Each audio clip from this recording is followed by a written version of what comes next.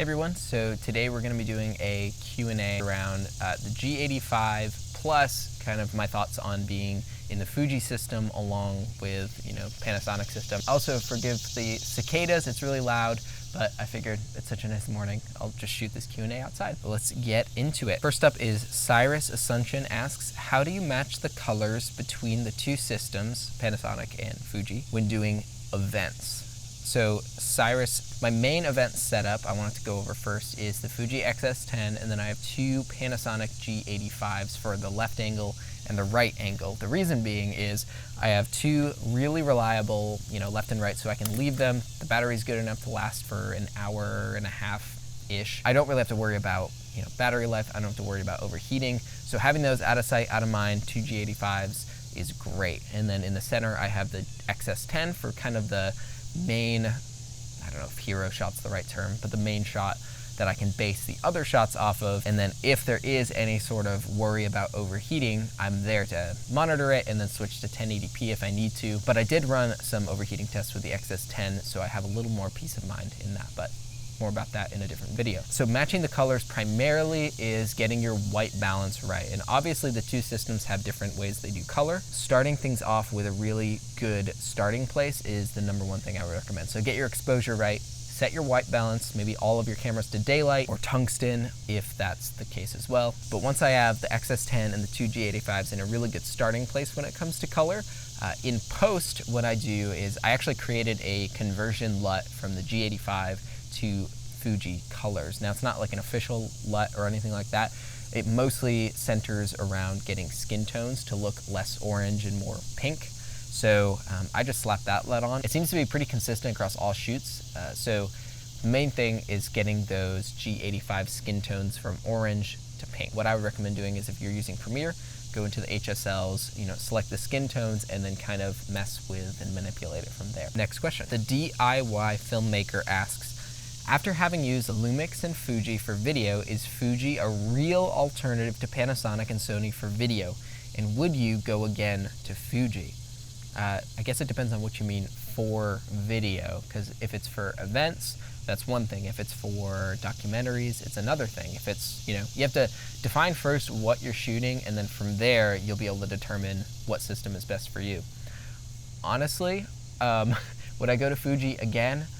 I love the XS10. The image is incredible out of Fuji. So let's say you take Fuji with Eterna and then you take Panasonic with Natural or Cine like D or something like that. The Fuji's image is gonna look better, hands down. There's just something about Fuji footage that looks really good. The color's amazing. The dynamic range is actually really nice. So in general, if I was picking just for the image quality straight out of camera, Fujifilm hands down. But when it comes to events or weddings, what you want is a camera that's gonna be reliable and really easy to use, because you can manipulate color and a few different other things in post, but what you can't manipulate is going from 24p to 4K 60 or 1080 60 in, with the turn of a dial, whereas on the XS10, you can't do that. On the G85 or G85, you can do that. So having something that's really reliable on a wedding day, that's not gonna overheat, that you can change settings really quickly is a huge asset for that kind of thing. If you're only shooting weddings or events, you might want to stick with Panasonic just because of the stupid reliability and usability of those cameras. I can tell you, I shot a wedding, 2 weeks ago, or a week and a half ago, and the XS10, the image, like I said, the image is way better than the GH5 in my opinion, but the usability is where it got me. It was all day long, had that yellow warning for overheating, so I was like a little nervous that it might turn into the red at the wrong time, which it didn't. But there were multiple times I was switching my settings around and it caused a slight delay in my shooting, which on a wedding, pain in the neck. So to go back to the question, would I go again to Fuji for weddings? I would probably go with the X-T4 because of the custom video settings. For the XS10, probably not. But since I'm moving my career, if you can call it that, toward more corporate, then the XS10 still makes a lot of sense to me. So we'll see how long that lasts. But my two G85s still remain old faithfuls. Honestly, Panasonic is still pretty tempting for a main A camera for me. The S5 and the S1, particularly the S1, like I love huge cameras, and having that really good battery life, beautiful, robust 4K image along with Panasonic reliability. I mean, that could be an amazing package. Maybe in a few years when the price drops even more, maybe I'll pick up an S5 or an S1. Another thing he mentions in the question is Fuji a real alternative to Panasonic and Sony for video? Like I said, better than Panasonic when it comes to the straight out of camera image. Sony, on the other hand, I would also say that Fuji has a better straight out of camera image. I really like the way Eterna looks over something like S-Cinetone, but you're gonna get much better dynamic range on the Sony. You're gonna get full frame. You're gonna get amazing, amazing autofocus. I would say pre-A7 IV, the Fuji X-T4 makes a lot of sense. Post-A7 IV, it's gonna be tough. We'll see what Fuji comes out with the X-T5. Next question I pulled off of a previous video because I thought it would be helpful. Jermaine Walker asks, is there no way to shoot 1080-24 or 1440p 24? I definitely would rather not shoot at 30 frames per second, but I don't need the pains of 4K. So Jermaine, I totally understand. Figuring out editing on maybe you have a slower computer like I did at one point, and shooting 4K and having a 4K workflow is just a pain and it really bogs down the computer. So 1080p is a really good idea.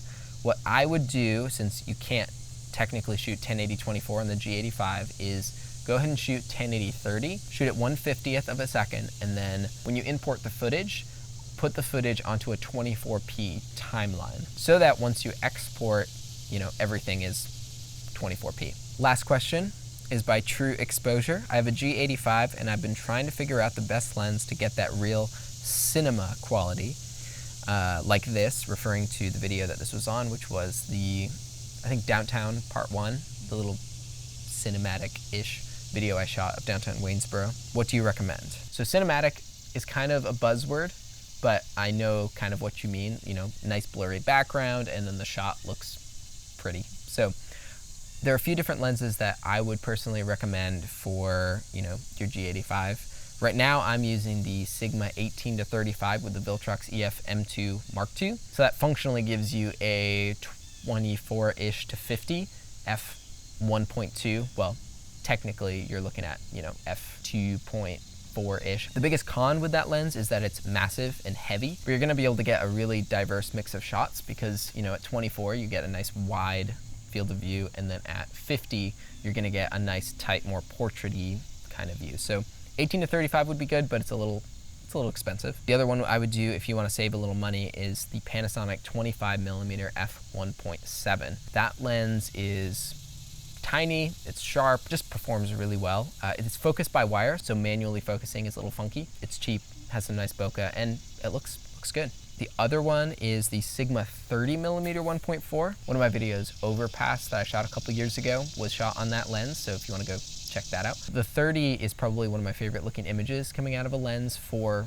Micro Four Thirds for, a few $100. But the only problem is it's 60mm equivalent, which is just too tight for me. Like if it was a 25mm 1.4 Sigma, goodness, it would be great. If I were to choose one single lens for Panasonic, if you had a few $100, I would go with the Sigma 16mm f1.4. That lens at a 32mm equivalent is great for pretty much everything. You can get some really nice portraits on it. 1.4 gives you a lot of really nice depth of field, and I think it's weather resistant too. I'd have to check in on that, but with the G85 you'd have a fairly weather resistant package. I would say the Sigma 16 if you can afford it, the Sigma 18-35 with the Viltrox if you can afford it and don't care about huge, heavy, gigantic gear, and then if you want to go purely budget, Panasonic 25 1.7. Anyways, I hope these ramblings were helpful in some way, and we'll see you all in the next one.